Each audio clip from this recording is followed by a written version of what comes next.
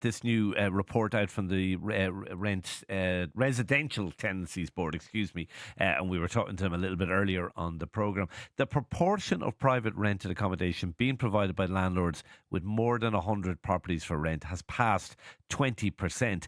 However, against that, and maybe slightly contradictory, landlords who own a small number of properties still retain a large presence in the retail market.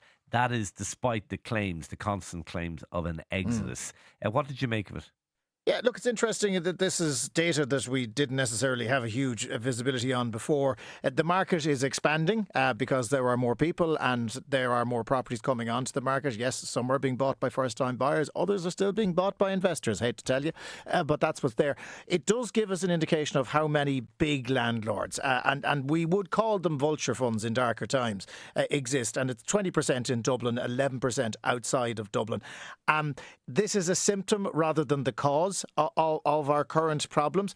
And I know you disagree with me, Shane, but I think that this is a particular point in the journey whereby we have these guys, they came in, they built these properties, they see them as an investment. How long-term an investment, I do not know. I don't have visibility on what they want to do with them.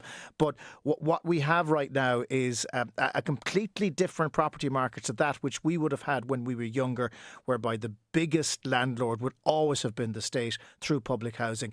Now that is changing, and we have this new player on the market. The question is how long they hang around. Well, so the biggest landlord would have been the state, but it also would have been the small landlord. And I can remember when I started like off, a single landlord. Absolutely. When I started off in business journalism, I was constantly writing pieces of reports saying we need to move away from that model. We need to get institutional investors. They're a better long-term landlord. They invest more in the property. It's better for the tenant.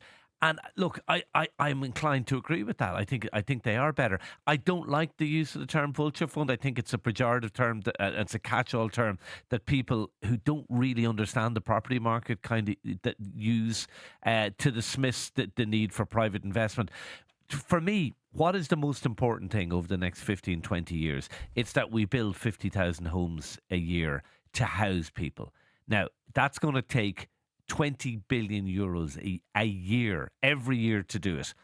And I'm sorry, all that money cannot come from the state. It is going to have to come from institutional investors. If we don't have institutional investors, or if you want to use the term vulture funds, if we don't have them, we will not build those houses. It's as simple as. But we're disenfranchising a huge proportion of people who are able to afford a mortgage that is akin to their rent. So how are we doing that?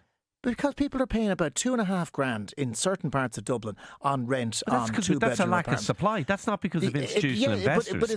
We need to boost the supply. If you boost the supply, then housing will become more affordable. I know that, but what the state can do is and it is doing it to a certain degree, but not enough, is it is making properties affordable for people to buy them. I think there's an entire generation being locked in to renting at exorbitant amounts. Yeah, but exactly. So we need to increase the supply. Countries.